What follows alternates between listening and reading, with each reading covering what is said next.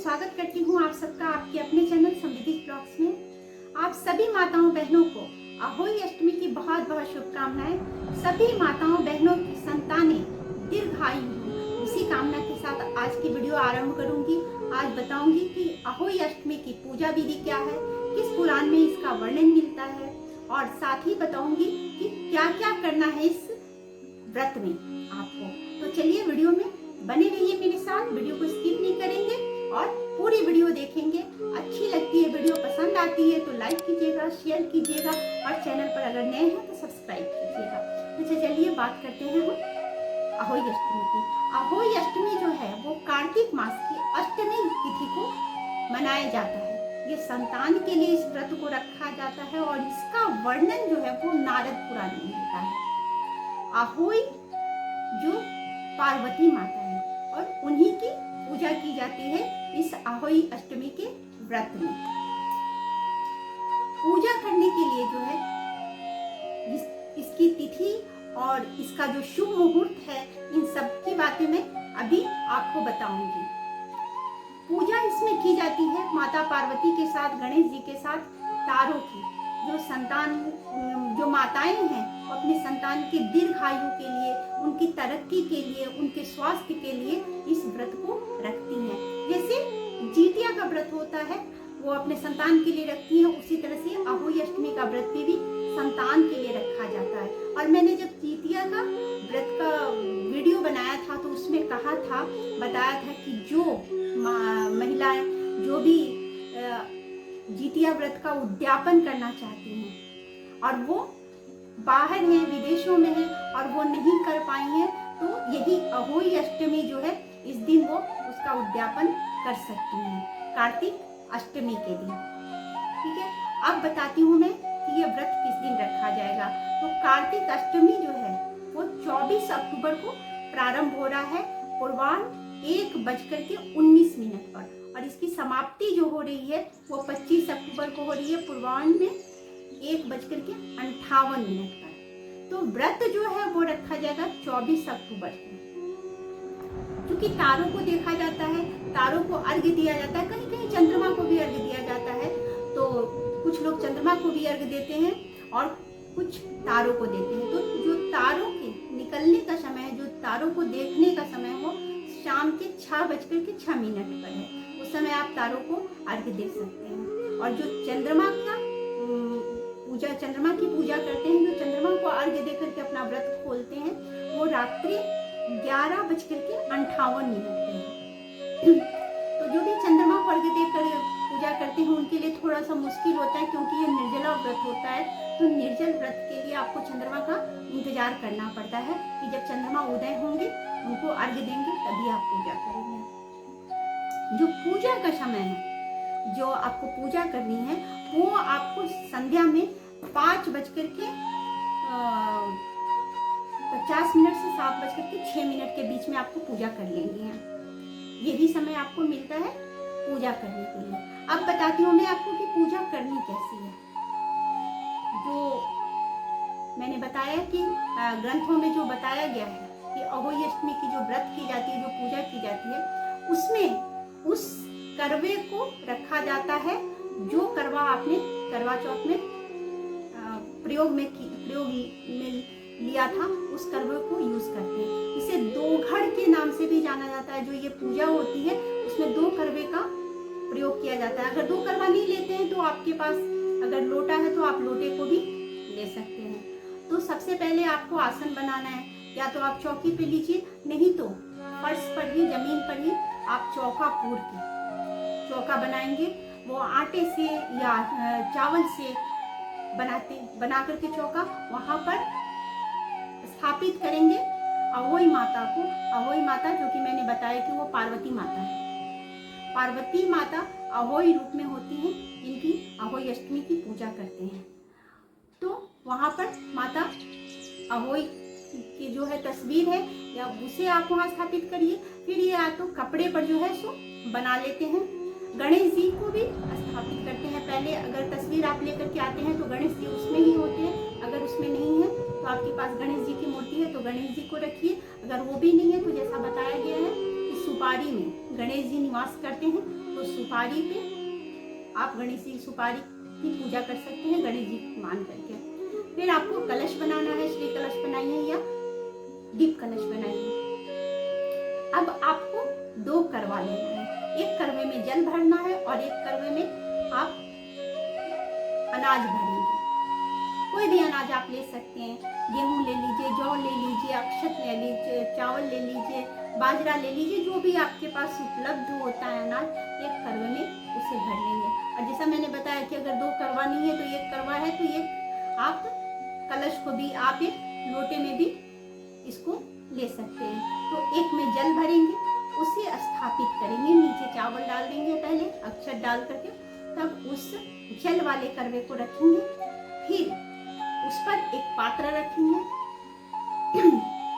और उसके ऊपर फिर जो आपने अनाज भरा हुआ है उस कलश को रखेंगे, जिसे 2 घड़ कहते हैं। और ये कलश जो 2 घड़ बनाया जाता है, रखा जाता है, उसे कहीं कहीं दीपावली के दिन हटाया जाता है और कहीं कहीं गोवर्धन पूजा के दिन। तो जो आपकी परंपरा में है, जो आपके घर में चलता है कि आप दीपावली में हटाएंगे उसे या उठाएंगे या फिर गोवर्धन पूजा के दिन, लेकिन उसी दिन नहीं उठाया जाता है। जिस दिन पूजा करते हैं उस दिन उस कलश को नहीं उठाया जाता है, उसके रहने दिया जाता है। अब उस 2 घड़ को हम स्थापित कर देते हैं और स्याहू बनाया जाता है। ये जो अहोई अष्टमी होती है उसमें स्याहू का बहुत ही ज्यादा महत्व होता है। स्याहू माता की पूजा होती है, इसके बिना ये पूजा संपन्न नहीं हो पाता है। स्याहू क्या होता है? स्याहू चांदी की मोतियां होती हैं, उन चांदी की मोतियों को पिरो करके और उसमें एक लॉकेट बनाया जाता है। वो लॉकेट जो स्याहू होता है वो रहता है, जिसे माताएं धारण करती हैं पूजा के बाद, और उसे दीपावली के दिन ही उतारती हैं, जब हम कलश को वहां से उठा लेते हैं, तब 2 घड़ को उठा लेते हैं, उसके बाद ही उस स्याहू को अपने गले से उतारती हैं। तो उस स्याहू को आपको उस 2 घड़ के ऊपर रखना है। अब सबकी पूजा करनी है, आपको तिलक लगाना है सबको। जितने गणेश जी की पहले पूजा प्रारंभ कीजिए, गणेश जी की पूजा के बाद जो माता की फोटो में माता जो है, माता की पूजा कीजिए। जितने भी उसमें देवी देवताओं को दिखाया गया उन सबको तिलक लगाना है, रोली लगानी है। उसके बाद जो स्याहू 2 घड़ के ऊपर रखा है उसे भी तिलक लगाना है। फिर हल्दी से जो तिलक लगाया जाता है वो बहुत इंपॉर्टेंट होता है, बहुत ही महत्वपूर्ण है पूजा में। तो सभी को फिर हल्दी से तिलक लगाइए। उसके बाद जो है नैवेद्य जो होता है वो नैवेद्य हम भोग लगाते हैं सबको। और इसमें जो होता है अहोई अष्टमी में जो कहीं कहीं पूड़े का प्रयोग किया जाता है, 14 पूड़ियाँ और 8 पूड़े बनते हैं, कहीं कहीं गुलगुले बनते हैं। तो ये घर में जो परंपरा है उसके हिसाब से आप बनाइए। और जो मौसमी फल होता है, जो उस समय जो भी होता है उसे लेते हैं नैवेद्य के लिए। और हरे रंग के फल का बहुत ज़्यादा महत्व होता है, तो हरा कोई भी फल लीजिए, खीरा होता है या पानी वाला जो ये सिंघाड़ा होता है वो भी हरे रंग का होता है, तो उसे भी हम प्रसाद में, उसे भी हम नैवेद्य में रखते हैं। यहाँ भी जैसा कि करवा चौथ में बायने का महत्व है, उसमें बायना दिया जाता है सास को, अगर सास नहीं है तो बड़ी ननद को या जेठानी को। तो यहाँ अहोई अष्टमी में भी बायना निकाला जाता है, उसमें भी सास के लिए, ननद जो भी हैं आपके, उनके लिए बायना निकालिएगा। तो उनके श्रृंगार का सामान रखना होता है, उनके लिए वस्त्र आदि का रखा जाता है। और साथ में जो वो फल वगैरह जो है वो पूजा के बाद वो सारी चीज़ों के साथ वो सास को समर्पित किया जाता है, उनसे आशीर्वाद लिया जाता है। जो अहोई अष्टमी का ये व्रत होता है वो संतान के लिए होता है, इसलिए जो पूजा करते हैं हम संतान की दीर्घायु की कामना करते हैं। तो जब माँ से पूजा करते हैं तो उस समय हम कथा भी सुनते हैं, इसकी कथा होती है। तो जब आप नैवेद्य वहाँ रख देते हैं, पूजा कर लेते हैं, तो फिर आप थोड़ा सा अनाज रखिए बीच में, और वहाँ पर जो है आपको दीपक रखना है। और एक कलश में, जैसा कि आपने करवा चौथ में जल लिया था कथा सुनने के लिए, उसी तरह से जल का पात्र लेंगे और हाथ में कुछ अनाज लेंगे और उस अनाज को हाथ में लेकर के कथा सुनेंगे। कथा कुछ ऐसे है कि एक साहूकार है जिसकी 4 बेटे होते हैं और एक बेटी होती है। तो बेटी जो है सो दीपावली के समय, ये व्रत पूजाओं के समय जो है सो अपने मायके आई होती है।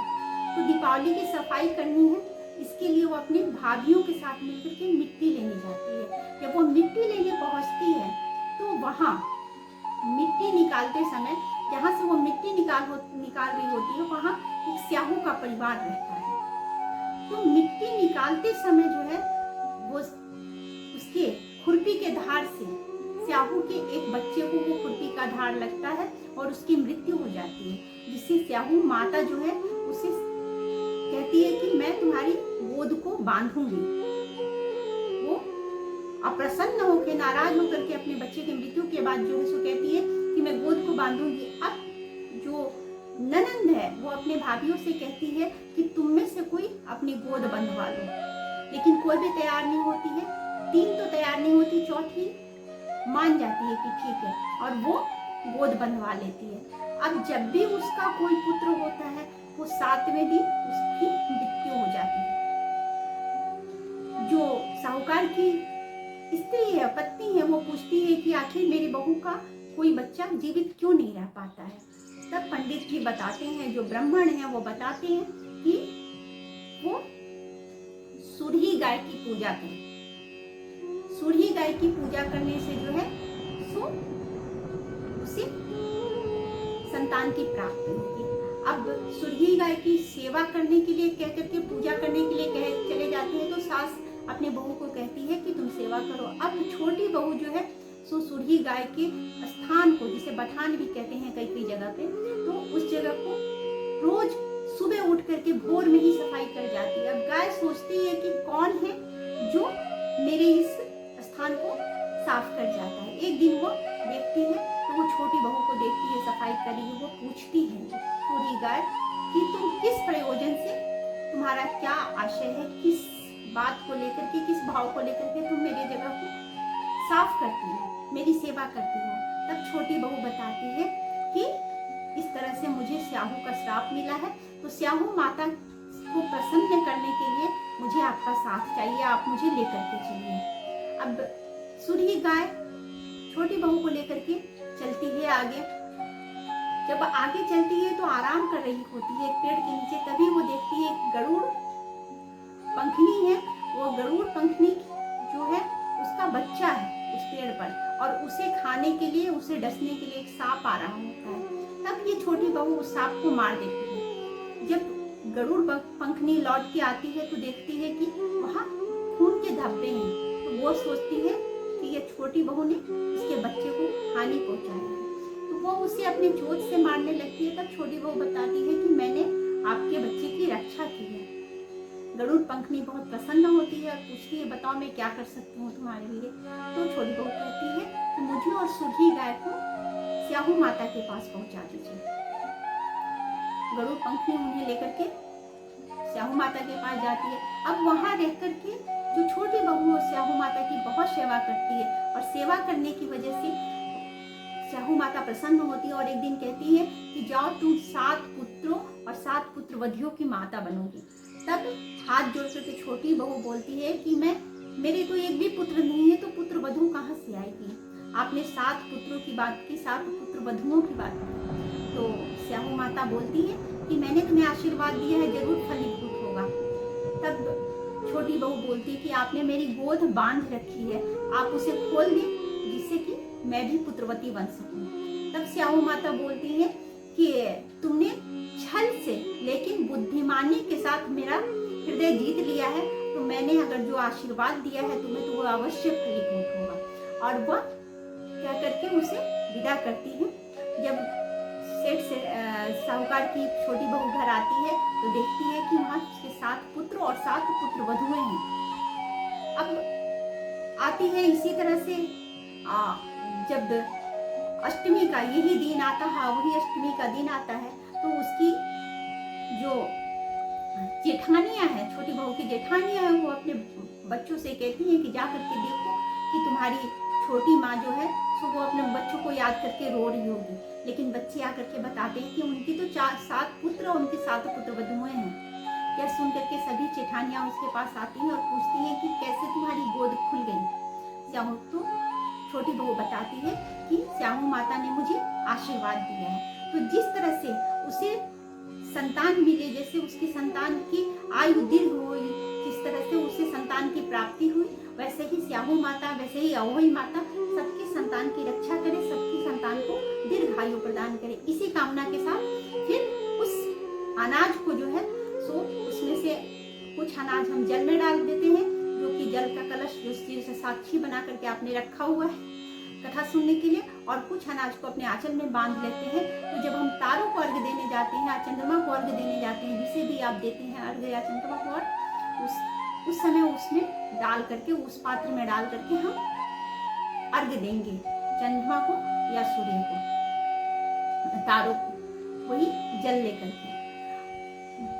और उसके बाद जो है सो हम व्रत खोलेंगे। अपना व्रत खोलने के पहले जो बायना हमने तैयार किया है, उस बायने को हम अपने सास को देंगे और उनके पैरों को छू करके आशीर्वाद लेते हैं कि आप मुझे आशीर्वाद दीजिए। और जो सास है या जो ननद या जेठानी, जिनको भी आपने बायना दिया हुआ है, या घर के जो भी श्रेष्ठ हैं, अगर आपकी जेठानी, ननद या सास नहीं है, कोई और भी श्रेष्ठ हैं, तो उन्हें दीजिए और उनसे आशीर्वाद लीजिए। वो आशीर्वाद दें कि सदा संतानवती रहो, तुम्हारी जो संतान है वो दीर्घायु बने, तरक्की करे और उसकी हर मनोकामना पूर्ण हो। इस आशीर्वाद को आप ग्रहण कीजिए। उसके बाद आप व्रत को खोलेंगे। और जो मैंने दोघड़ की बात बताई, उस दोघड़ को क्या करना है कि अगर दीपावली के दिन आप उस दोघड़ को उठाते हैं, आपको शुभ मुहूर्त नहीं पता चलता है कि किस समय उठाया जाए क्या, तो सबसे पहले आप उसको सुबह में उठा लेते हैं। सुबह में उठाने के बाद पूरे घर में जो जल है उस जल का छिड़काव करते हैं। पूरे घर में आप उस जल को छिड़केंगे और उसके बाद जो जल बचता है उससे अपने संतान को स्नान करवाएंगे। बड़े बच्चे हो जाते हैं तो उन्हें उनके स्नान के लिए जल में उसे मिला दीजिए, दे दीजिए, वो स्नान कर लेंगे। इससे क्या होता है कि संतान की आयु दीर्घ होती है। अब एक और चीज़ है, जो स्याहू माता जो बनाया हुआ है, जो माला, स्याहू माला जो मैंने बताया, वहां से उठा करके पूजा के बाद उसे धारण कर लेना, उसे दीपावली तक पहने रहना है। और उसकी एक और भी खासियत होती है, वो महत्वपूर्ण होता है कि हर वर्ष उसमें एक मोती पिरोया जाता है, जो कि संतान की आयु का प्रतीक होता है। तो इस तरह से अहोई अष्टमी का व्रत संपन्न होता है। इस तरह से अहोई अष्टमी की व्रत की जाती है, जो माताएं अपने बच्चों के लिए करती हैं, अपने संतान के लिए करती हैं। तो एक बार फिर से आप सबको अहोई अष्टमी की बहुत बहुत शुभकामनाएं, और अहोई माता आप सब पर अपनी कृपा बनाए रखें। सभी की संतानें सुरक्षित रहें, दीर्घायु रहें और तरक्की करें। इसी कामना के साथ आज की वीडियो में यहीं पे रैप अप करती हूँ, इसे विश्राम देती हूँ और आपसे विदा लेती हूँ। मिलती हूँ फिर अगले वीडियो में अगली चर्चा के साथ। तब तक बने रहिए मेरे साथ।